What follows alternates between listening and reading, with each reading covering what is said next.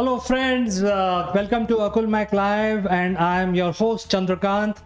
And today we want to discuss about the business. As you know, our channel is business channel, and the whole world has changed. The whole scenario of how do we do business has changed. And the question today we have to ask is, do we need Plan B? Because obviously, for some business, Plan A may not be working. So, do we need Plan B? And for having this discussion, I'll be joined by a very senior personality from Singapore, and his name is Mr. Cottam. I will just take a very short break and join back along with the guest. Don't go anywhere.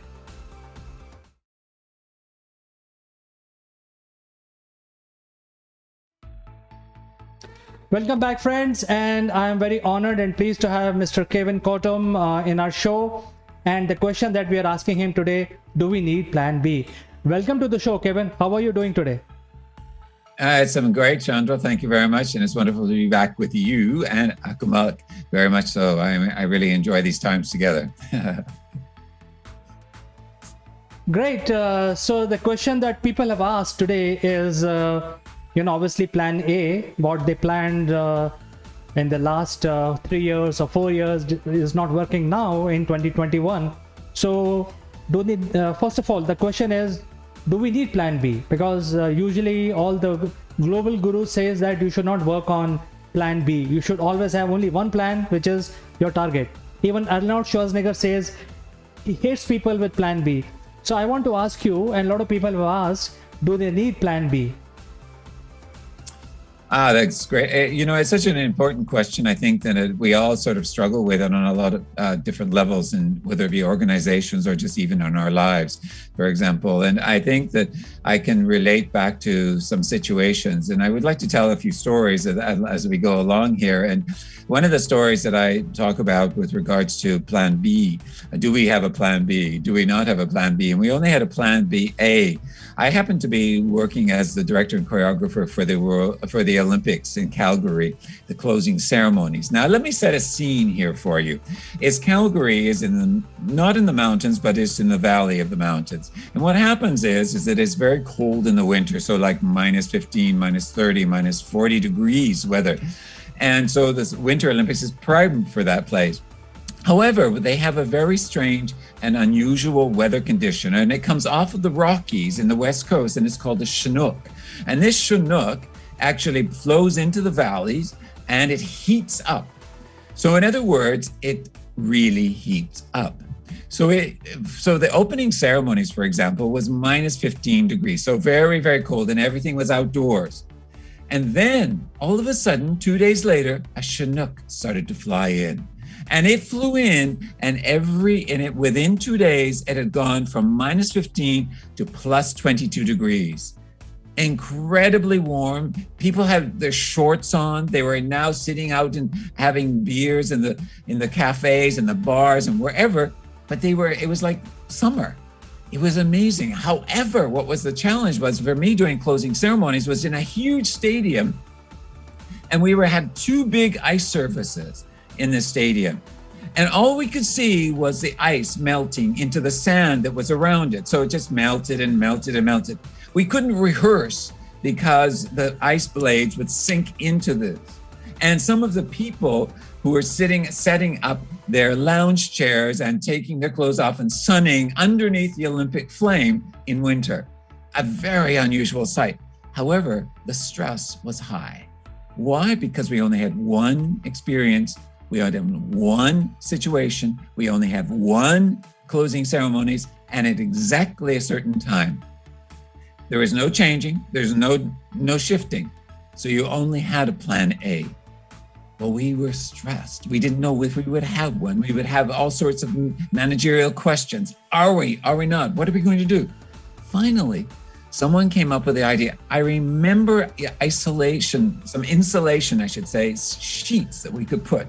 And so we phoned to Los Angeles where they had these insulation sheets, and we had them air freighted immediately up, and we covered the ice during the day in the heat.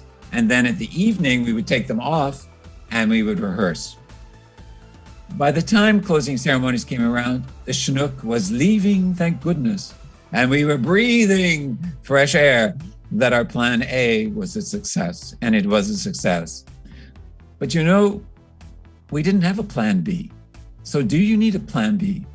Most people say, and this is a convergent and divergent thinking, as you had already said, Chandra, is that people say, no, we should not have.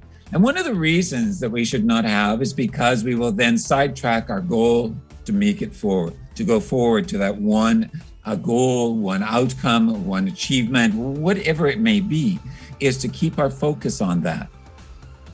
And that's important as well. So, you know, but some people say we need to think about a plan B. I'm just going to share a couple of quotes here with regards to this. Will Smith, the actor, says, "There's no reason to have a plan B because it distracts from plan A." So true. Distracts from plan A and your objectives and your goals and also your resilience, right? Is that how can you become creative if something is starting to go wrong? And that is something extremely important. Serena Williams says, if plan A isn't working, I have plan B, plan C, plan D. As a tennis player, she has a different plan for everything. If she's losing, perhaps, and then she finds another, or she's injured, she has another plan to get back on track again. So some people have this and some people believe in a plan B and plan A. I would like to know from the public if there is anybody that would like to share what do they think, whether you should have a plan B. But I have a thought on this as well. What do you think, Chandra, in your world? Do you have a plan B if this doesn't work, you know, if the technology doesn't work? Do you have a plan B? Well, I think, before I answer your question, I must tell the viewers that we are live right now and we are live across the entire spectrum of social media. So if you have a question, for example, Kevin has asked, do you believe in plan B? You can actually send your message to us and we will answer your question right away. So everything is live, it's live action. So to answer your question now, Kevin, I don't have a plan B actually. If something goes wrong right now, I don't know what is going to happen. So, redundancy is not there. For example, network can fail today. I am dependent on only one network. It can fail. Our live stream go for a toss, and whatever we planning to achieve we will not achieve. That is a simple example today. But I think I do want to have plan B. I'm not one of those guys like Will Smith or Arnold Schwarzenegger who says, hey, don't look at plan B. It's very simple to say, hey, don't look at plan B. I would like to have plan B, but I don't have one right now. Very frankly, Kevin. Yeah, I mean, it's interesting, this plan B scenario. I mean, like, for example, I'm thinking about my life at the moment and moving on to another country from Singapore. And so, you start thinking, okay, here is plan A. My plan A is to move to Portugal and to get a visa. But what happens if the visa doesn't go through? You don't have the control over that unless you reapply or something like that. So what is my plan B? My plan B is to do it in another way so that I can actually live there for 3 months at a time instead of 6 months at a time. And that would be fine. Or my plan C is to move back to Canada and to spend my time there. So there are the options. And there's nice to have those options. And I think, however, we have to be careful that we don't let the options override our real goal or our real initiative or our real desire of what we would like to have. And that we can outsource in some ways to others or other situations or other people or whichever, which is not within our control. And it is about finding ways that we can be resilient.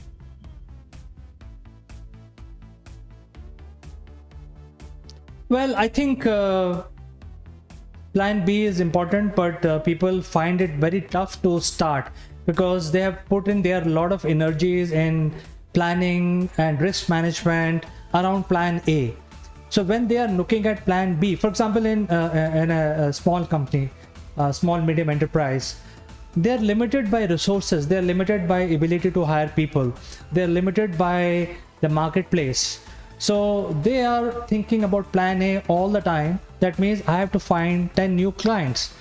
So where is the question of plan B? I will always keep finding my 10 clients, and that is my plan A, plan B, and plan C. So in such a situation, what do you recommend, Kevin? How do we take care of plan B in this scenario? I think it depends on what you think about as plan B. What does that mean? And does that mean to circumvent it, to go into another direction? Or does it just mean deviating slightly? So for example, today, like COVID has created a lot of problems with the F&B industry, right? And so people are actually either letting people go, or that's a plan B, or to hold people in their organization. And that is the plan A, to always do that, but not have a plan B where we get rid of them. We may have a conversation, for example, have a conversation with all of the employees and say, this is where we are right now. And we need to step back with your payments a little bit, keeping your payments, but reducing the wages for just a moment. But when we get back, we will definitely bring back that money and also pay you back for that. And I think that that's an important thing, is the communication with your organizations. Be very, very clear as to what the situation is. Don't sort of fuzzy around, because that really creates a lot of animosity and challenges and stress and amongst all of the people who are your employees. So I think that, what's important here is clarity, keeping clear vision for yourself and your organization, and then with your employees. And if you do end up having to say, okay, look, we are not able to continue, we cannot give any more money, we will have to go bankrupt, or we'll have to stop. And but the thing is then you need to have a plan B as to what do you do? Your plan B is to stop the company and then start again. So that is it's part of your plan A was to do, but your plan B is therefore we can't do it anymore. So now we move on. So it's not necessarily about giving up, but it's also about realizing the factors that are all involved. You need to look at all of them, whether it's the budget, whether it is the industry, what is going on outside. What is it that is really holding you together? Or this is where you dig in with your plan and go creative. We need to bring everybody together to find creative solutions. Not just have a few people in your innovation department or your creative ideas, but bring everyone together. Even the people of all layers, even the janitors. What do you feel that we could do better? And they may have knowledge of something that you think, yeah, we could do this. What about that? This is the what if period, right? What if we did this? But you need to be able to bring people together and communicate, allow the community within your organizations to step up to the plate with more creative ideas that could help you. So not just trying to hold that you can do it all in your own upper management and your executive team. Let it go. This is the time to explore. Let me share with you a little bit about what nomadic cultures do in this particular sense. So for example, thinking about that is that for plan Bs, they don't have necessarily a plan B. Their plan B is to move on, is to migrate, is to move from one place to the next so that their animals can thrive and they can thrive as well. So to different pastures. So you can use this metaphor in industry as well. And in your own lives, is to move on. But what do? They do research. They send their strongest warriors out to look at where the next pastures are. What are the possibilities? What do they see? What are the risks? What are the threats of us moving as a community that direction? Some may say, I don't want to go in that direction, and say, I want to go in this direction because I like this direction better. And what they do is they come back, these warriors, and they talk with the elder. And the elder has a group of people around him. And they tell the stories of what is out there. And then the elder will say, this is the direction I'm going to go. This way, A or B. And those that want to go to B, okay, fine. We'll meet back here in another season together. But they won't say no, but they'll say, we'll meet back here and we'll meet back and we'll rejoice and we'll think about this when we come back around, because we always come back to the same place on a different season. So in other words, what is that saying? That's saying that it's not all one way or the highways. Let some people go in another direction. We'll come back and rejoice. We can celebrate. But at the same time, it is about looking at the possibilities, looking at the opportunities, looking at the risks of moving in this direction or that direction or another direction. But that's nomading, is my belief. That's what I use the word nomading for. Go nomading, to explore. What are the possibilities for plan A? What are the possibilities if you want to have a plan B? What are the possibilities and opportunities for plan C? But don't go any further, because you're diluting the possibilities of one being successful. What are your thoughts? Well, I think your message is very clear, and I've understood what you mean by plan B. It's basically, if I have to understand as a business person, you are essentially saying that go nomading, and which is equal to don't put all your eggs in one basket. So in other words, diversify. I think we need to diversify. Having established one line of business, and if it is giving us returns, parallelly we should also prepare another line of business. You should not depend on only one business for like 10 years or 20 years and so on. You should always diversify. I think that is what I've understood so far after talking to you. Absolutely. I mean, the word diversification is really superb in this particular, and it also is about not putting, as you say, not putting all your eggs in one basket in the number of products that you have. And so that is understanding that we need multiple products within an organization.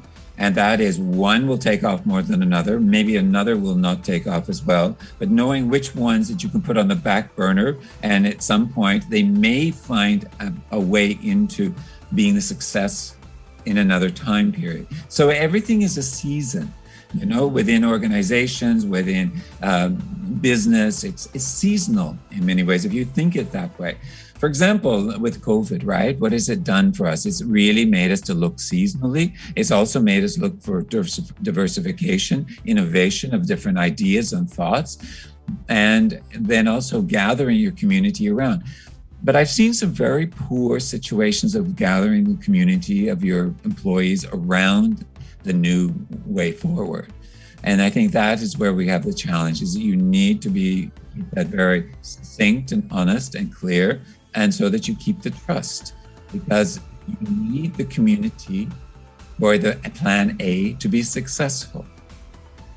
And if you do not involve them in these challenging times, then you could be losing. You could be losing manpower, you could be losing people, you could be losing strength, and therefore you lose the products, you lose the territories, you lose the competitive advantage.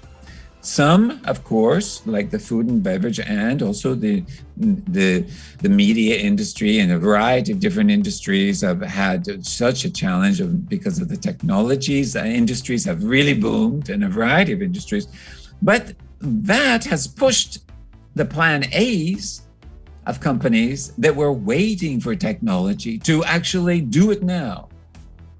So they're not waiting for the plan B or plan, it'll come down in a few years. No, we have to bring it forward.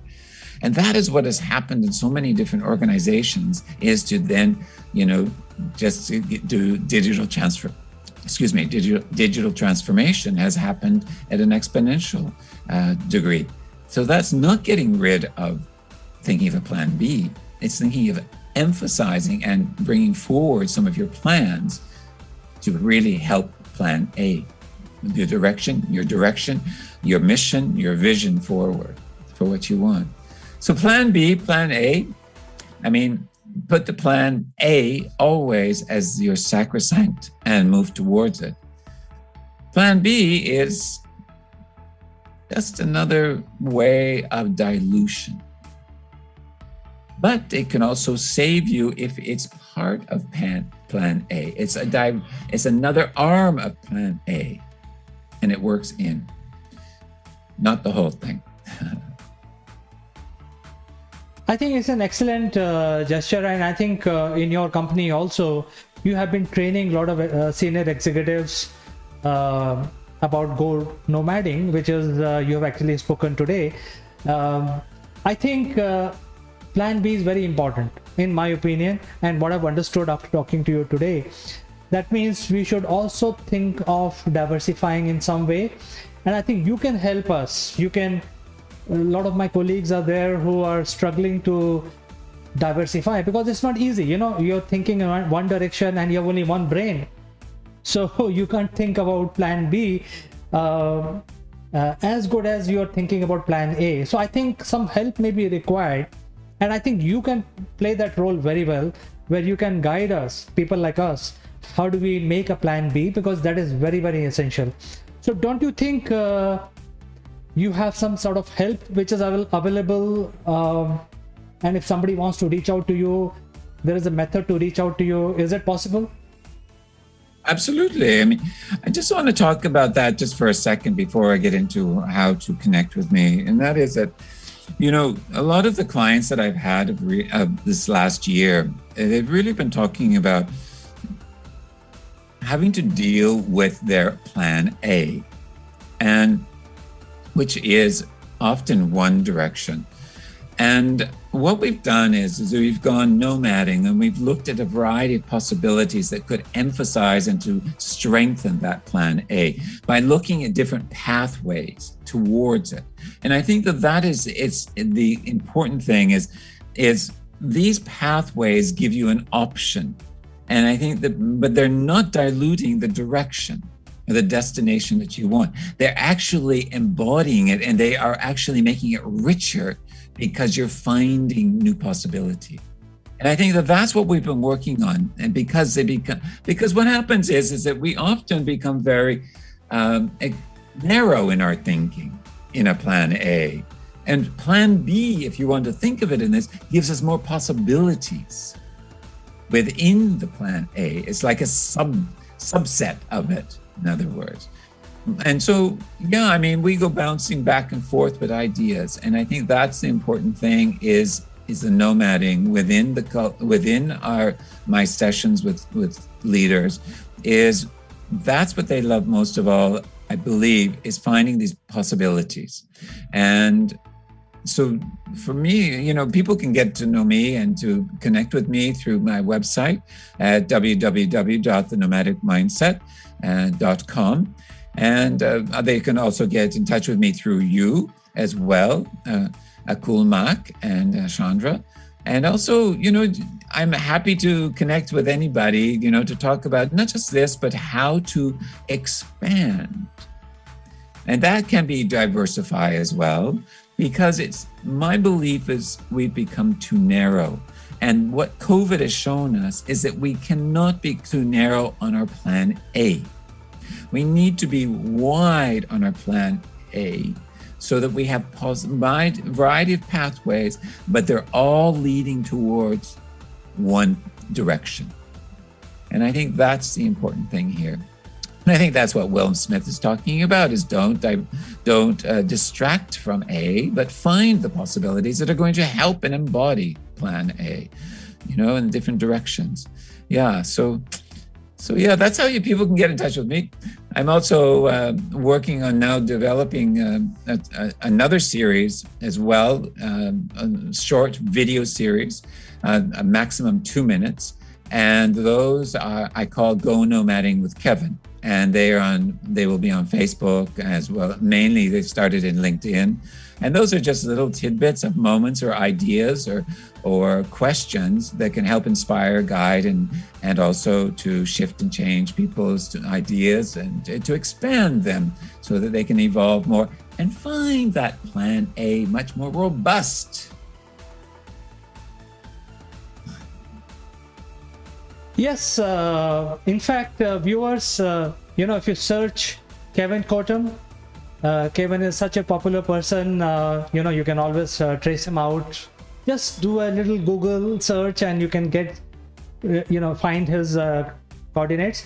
But just in case, if you want us to make the connection, The email is given at the end of the video and also in the description down below. We will make that happen. Just in case if you need help from Kevin, he is always available, arms throw away, and he's a very nice gentleman.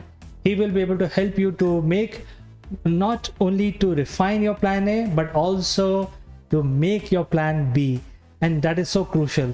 So thank you, Kevin, for finding time and joining us today. It has been a great pleasure and learning also at the same time. I will catch up with you in the next episode. Until then, I'd like to say goodbye and take care. Thank you, everybody. And thank you so much, Andrea. Love it.